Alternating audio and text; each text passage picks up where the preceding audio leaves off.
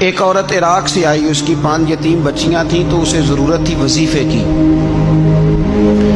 اس نے آ کے پوچھا حضرت عمر بن عبدالعزیز کا گھر کہاں؟ تو لوگوں نے فرمایا وہ سامنے جو ٹاٹ اور بوریے کا پردہ لٹک رہا ہے وہ عمر بن عبدالعزیز کا گھر ہے۔ دروازے پہ دستک دی تو ایک عورت اندر برتن دھو رہی تھی۔ پوچھا السلام علیکم، امیر المومنین سے ملنا ہے۔ وہ کہنے لگی اس درخت کی چھاؤں میں بیٹھ جاؤ، ابھی تشریف لاتے ہیں۔ تھوڑی دیر گزری تو حضرت عمر بن عبدالعزیز آئے تو کنویں سے پانی نکال کے سین میں کنواں تھا، تو جو جگہ میں مٹی اڑ رہی تھی گرد اڑ رہی تھی، ہوتا ہے عصر کے بعد لوگ پانی پھینکتے ہیں، وہاں پانی پھینکنے لگے، چھڑکاؤ کرنے لگے۔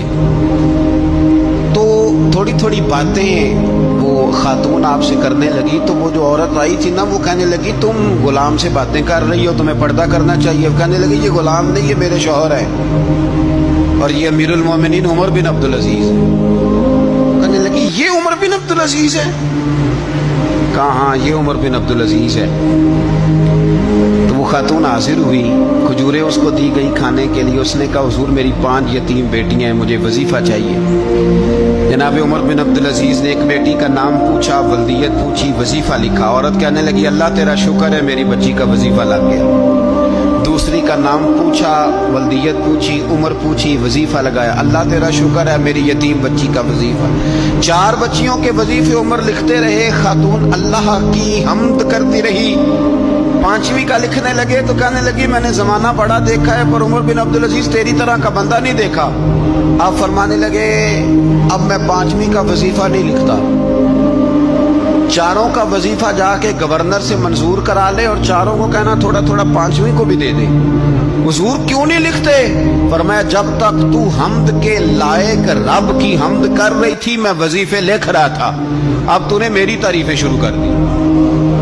اپنی تعریف پر کیسے وظیفہ لکھوں؟ وہ تو حمد کے لائق ہے، اس کی حمد ہونی چاہیے، لیکن میں اپنی تعریف پر، اپنی خوشامد پر میں نہیں لکھتا۔ جا اللہ تعالیٰ تیرے لیے بہتری کرے۔ وہ خاتون کہتی ہے میں وہاں سے آئی، مجھے مہینوں لگ گئے، سفر لمبا تھا، عراق پہنچی تو عراق کے گورنر کو جب میں نے وہ روکا دیا تو ان کی چیخیں نکل گئی، تڑپ کے روئے۔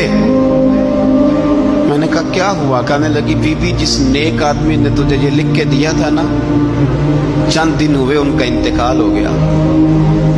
عمر بن عبدالعزیز پردہ فرما گئے۔ وہ خاتون پھر روئی، کہنے لگی یتیم بیٹیوں کا اب کیا بنے گا، اس رکے کا کیا بنے گا؟ تو آپ فرمانے لگے بی بی جب امیر عمر بن عبدالعزیز جیسا ہو تو گورنروں کو بھی اللہ کچھ توفیق دے ہی دیتا ہے۔